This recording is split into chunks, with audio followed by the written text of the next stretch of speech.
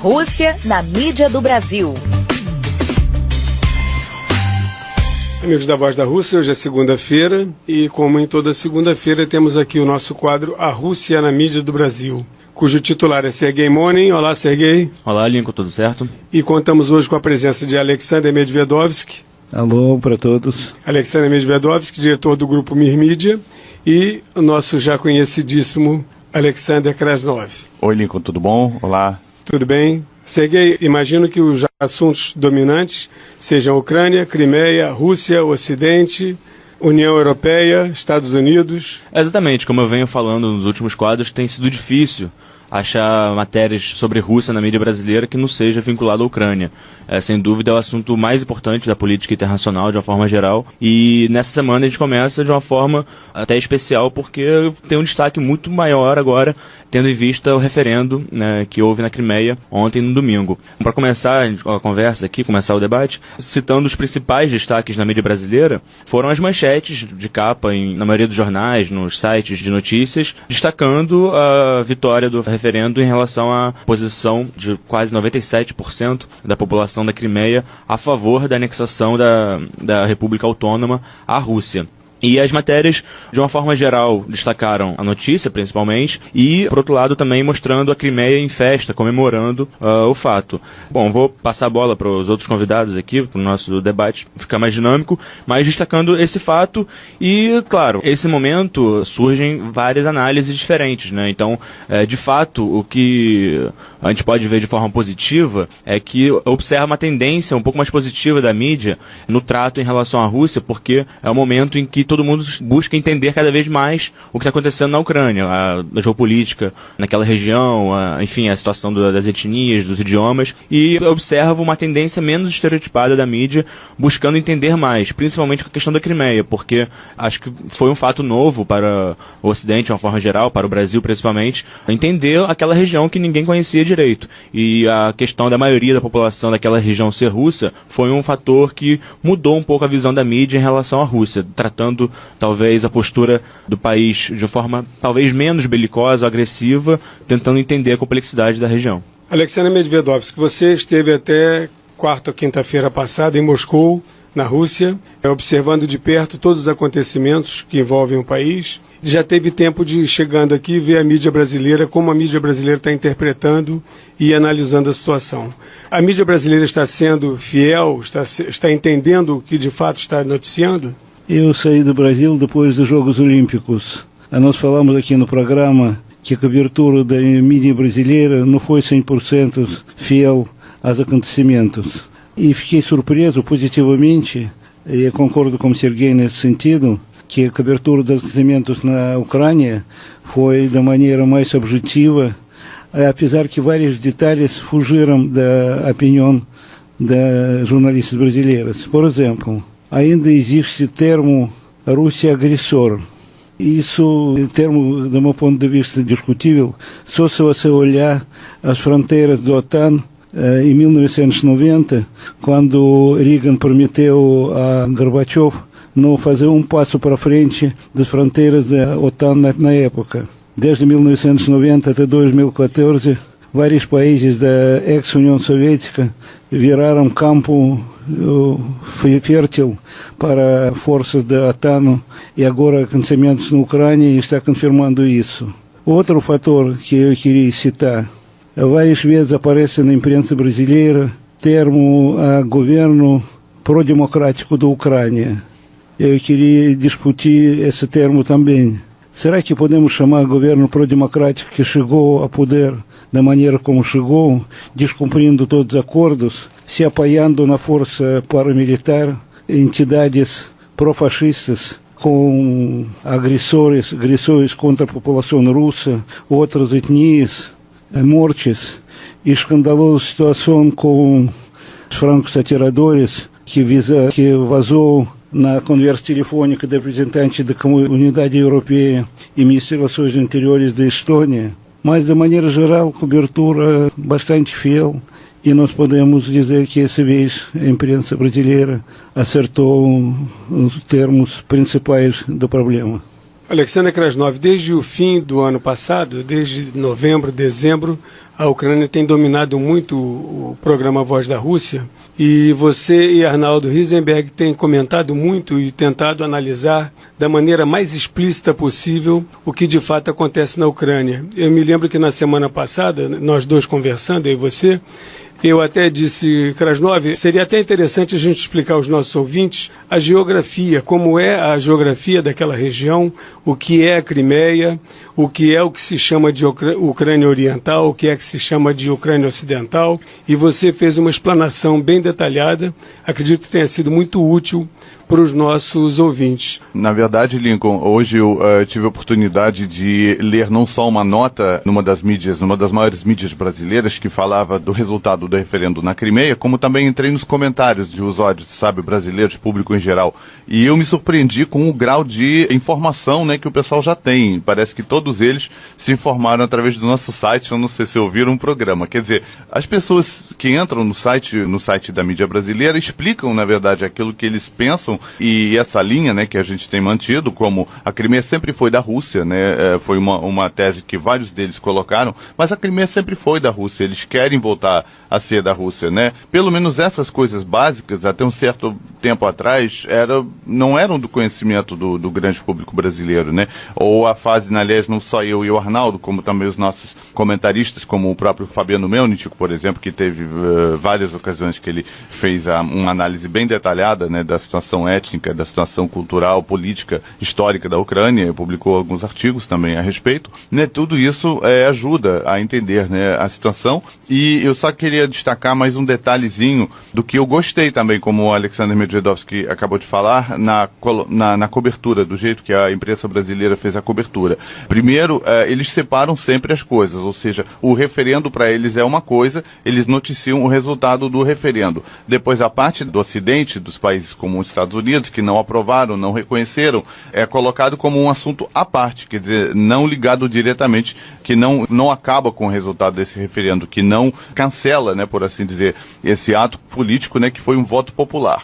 E, aliás, essa questão do voto popular foi a outra coisa que eu vi em vários comentários de usuários brasileiros falando que os Estados Unidos podem achar o que eles querem achar, mas o voto popular você não questiona, é uma coisa inquestionável. Serguei, você tem alguns exemplos aí de manchetes, e títulos e subtítulos da mídia brasileira sobre a questão? Na verdade, eu queria complementar o que o Krasnov mencionou sobre essa questão de a opinião do Ocidente, dos Estados Unidos, da União Europeia ser uma coisa à parte, uma coisa secundária nas manchetes, e realmente isso tem a ver com o que eu falei no início do quadro, dizendo que isso mostra uma mudança de tendência na mídia brasileira, porque inicialmente, durante os protestos que aconteciam na Praça da Independência em Kiev, a gente percebia claramente que a notícia principal na mídia brasileira era sempre tinha um papel quase de porta-voz do Ocidente. Então a notícia principal sobre a Ucrânia era sempre a declaração de Obama sobre a Ucrânia, ou de algum líder da União Europeia sobre a Ucrânia. E agora isso muda. Então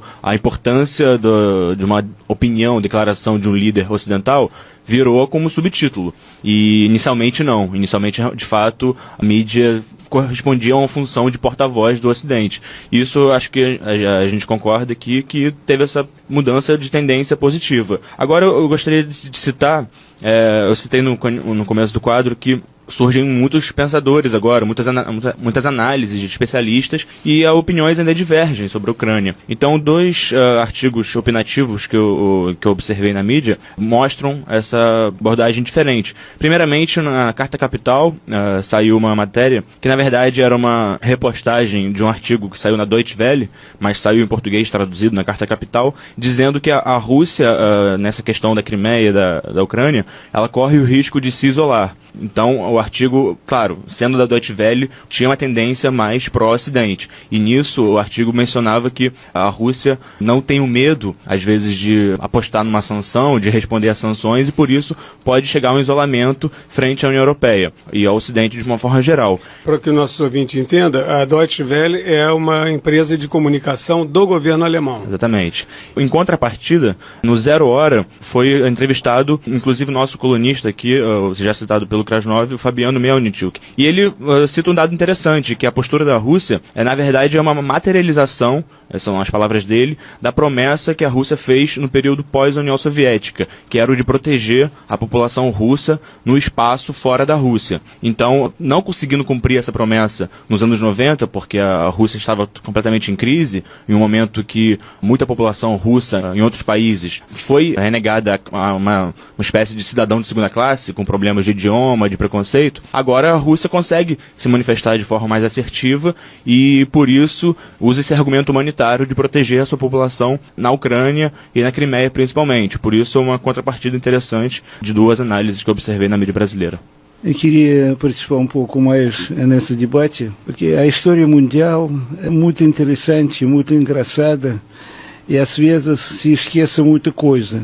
Em 2006, acho que todos na mesa devem lembrar, que Kosovo, província da famosa Iugoslávia, da Sérvia na ocasião, pediu unilateralmente liberação, ser nação independente. Naquela ocasião, o assunto foi discutido no Tribunal das Nações Unidas, Tribunal de Paz. O presidente Putin, naquela ocasião, foi frontalmente contra desse assunto, dizendo que a ordem mundial vai mudar. Não foi ouvido. Estados Unidos insistiram e o atual primeiro-ministro da Ucrânia, na ocasião ministro de Relações Exteriores do governo da Ucrânia na época, votou a favor. Hoje a situação é praticamente idêntica, mas aquilo que pode Estados Unidos não pode mais ninguém. E essa situação com Crimeia, do meu ponto de vista, foi praticamente colocada obrigatoriamente para ser decidida para os russos, porque existia um acordo entre a Ucrânia e a Rússia. A Rússia paga rigorosamente em dia a presença do exército e da marinha russa do Mar Negro. A frota russa do Mar Negro. Tem direito a ficar com 25 mil soldados na Crimeia. Nunca chegou a esse número. Aqueles 806 mil citados na mídia que a Rússia mandou para lá não completou 25 mil. Estão dentro do acordo. E por que o mundo ocidental, por que os Estados Unidos e seus parceiros da comunidade europeia não aceitam o resultado do referendo? Eles se baseiam no Acordo de Budapeste. O Acordo de Budapeste falou o seguinte, que a Ucrânia se torna um país livre de armas atômicas. Em compensação, a Rússia assume todas as dívidas de todas as repúblicas da União Soviética. Dizem que a Rússia descumpriu esse acordo. Mas o argumento da Rússia é válido. Eles dizem que quem descumpriu o acordo com o governo ucraniano, com todas as ações anti-russos que eles promoveram, com o governo que tirou do poder o presidente legítimo, pode gostar da atitude dele ou não, mas ele é presidente legítimo, e tentativa de impeachment não deu certo. E mesmo nessa situação, a Rússia não tinha outra saída, porque a Rússia, Crimeia, um território tudo muito especial, eu imagino que a voz da Rússia já falou sobre isso bastante, e como se fosse uma linha vermelha, não pode chegar mais. A fronteira da OTAN e a Rússia está chegando a 400 quilômetros. Na verdade, esse argumento, Lincoln, a gente sabe que por causa dessa crise com a Rússia, a Ucrânia e tal, tropas americanas foram enviadas à Polônia, né? A Polônia é um país simbólico, né, de fato, né? Porque foi quem deu o nome ao Tratado de Varsóvia, né? Foi onde foi fechado o Tratado Russo, né, de defesa na época da Guerra Fria. Agora a Polônia já faz parte da OTAN, já recebe tropas americanas. Isso serve como um fator bem provocativo para os russos. Então a fronteira da OTAN está chegando cada dia mais perto. A situação da Ucrânia foi bem decidida, foi dividida, explicado para todo mundo, e líderes da Rússia foram bem claros que isso é inaceitável. A Ocidente sabia disso. Acho que Henry Kissinger foi muito feliz no artigo dele, falando que a atitude do governo americano é não muito prático, sem desejo de conhecer e entender razões da Rússia. E está acontecendo aquilo que está acontecendo. O mundo ocidental está virando contra a Rússia, porque a Rússia está defendendo seus legítimos direitos. Este artigo de Henry Kissinger, que Alexander Medvedovsky acaba de mencionar, está publicado em nosso site www.diariodarussia.com.br e foi editado originalmente no jornal The Washington Post. Posso fazer um curto comentário? É que esse tema do o que os Estados Unidos pode, ninguém mais pode, repercutiu curiosamente até na mídia americana, na própria mídia americana. Eu acho que é importante a gente ver como é que os próprios americanos reagem a isso. Eu, por acaso, fui ver um show humorístico americano sabe, daqueles shows da noite, do estilo Jô Soares. É interessante, porque isso reflete, né, a posição lá até dos próprios personagens do show business. Aí, foi antes, na semana retrasada, ainda antes do referendo. O protagonista, o âncora, chega pro estúdio e fala: e esse tal do Putin, é um show de humor. E esse tal do Putin, o que ele fez? Você não pode mandar tropas para países estrangeiros sob pretexto ridículo. Aí ele faz uma pausa e faz: nós mesmos acabamos de fazer isso ano passado. Isso reflete muito bem, né, a ironia, né, porque os americanos... São muito irônicos. Percebi que isso é um indicador, né, que eles não levam muito a sério toda essa, sabe, postura norte-americana da política externa, porque todos eles sabem, né, o que os próprios Estados Unidos fizeram no Iraque, que eles invadiram vários países, né, como esse tipo de pretexto, né. Então essa percepção, né, de que os Estados Unidos estão tentando impor ao mundo, né, que eles podem o que os outros não podem, até no próprio cenário americano é ironizado. Só para completar o que o Krasnov mencionou, e uma coisa que tem sido veiculado na mídia dessa forma, na tendência positiva que a gente avaliou aqui, é que estando a Rússia correta ou não, digamos que supostamente a Rússia age por interesses mais pragmáticos, de fato, independente disso, o argumento humanitário existe, o que é completamente diferente em outras intervenções militares dos Estados Unidos, por exemplo. E agora o Ocidente não tem nenhum argumento humanitário para a situação da Ucrânia. E, de fato, o que a gente vê é que existe uma tendência anti-Rússia na Ucrânia com a deposição do presidente, com o novo governo que chegou ao poder. E, portanto, o argumento humanitário acho que é indiscutível. O que são discutíveis é a forma de ação dos países numa crise como essa. E a gente vai ver o desenrolar da situação, né? Alexander, então você acha que de fevereiro para cá, ou seja, desde o golpe de Estado de 22 de fevereiro até agora, houve uma mudança significativa na interpretação da mídia brasileira sobre o assunto? Eu tive essa impressão, foi muito grande surpresa minha e surpresa positiva. De que houve essa mudança. Que houve mudança, com certeza. Me surpreendeu positivamente também o noticiário do fim de semana da mídia brasileira, colocando nomes certos nas coisas certas da questão ucraniana. Inclusive, antes, quando se falava dos grupos que assumiram o poder em Kiev, quando se referia a ele como patriotas, hoje a nomenclatura já mudou. Então, está se dando nome aos bois corretamente. E, aliás, por falar na situação interna na Ucrânia, Lincoln, Sergei Alexander, eu vi algumas matérias sobre os acontecimentos em Kharkov, outra cidade no leste do país, onde houve enfrentamentos entre quem estava a favor da Rússia e contra a Rússia. Eu achei também bastante imparcial essa cobertura brasileira, quer dizer, ela destacava que não eram pessoas infiltradas, que não eram pessoas, né, pagas pelo Kremlin, como antigamente se colocava, né, mas eram sim forças a favor da Rússia e contra a Rússia dentro da própria Ucrânia. Queria aproveitar para passar para o ouvinte essa impressão que eu tive de Moscou. Eu acho que a história da Ucrânia, da Crimeia, a própria atitude dos Estados Unidos e seus parceiros europeus criou uma situação que acho que ninguém esperava. A popularidade do presidente Putin na Rússia cresceu de 40 e poucos para 67%. 69%. E 69%. E a sensação de união nacional, que eu não vejo há muito tempo lá, está muito forte entre todos os camadas da população, inclusive entre pessoas mais críticas, formadores da opinião pública, inteligência, escritores, juventude. Esse é realmente um fator muito interessante e inesperado. Estados Unidos colaboram para o crescimento da União Nacional na Rússia. É interessante. Eu espero que nós tenhamos colocado um pouco mais de luz sobre o assunto para a interpretação dos nossos ouvintes. Agradeço a Sergei Monin, titular do quadro A Rússia na Mídia do Brasil. Eu agradeço, até a próxima. Até a próxima. Agradeço também a Alexander Medvedovsky, recém-chegado de Moscou, que nos trouxe também notícias novas e a sua interpretação de Retornado ao Brasil. Obrigado, Alexander. Agradeço pelo convite. Até a próxima. Até a próxima. E agradeço também a Alexander Krasnov, meu companheiro de mesa nestes programas. Obrigado, Krasnov. Obrigado. E até a próxima, A Rússia na Mídia do Brasil.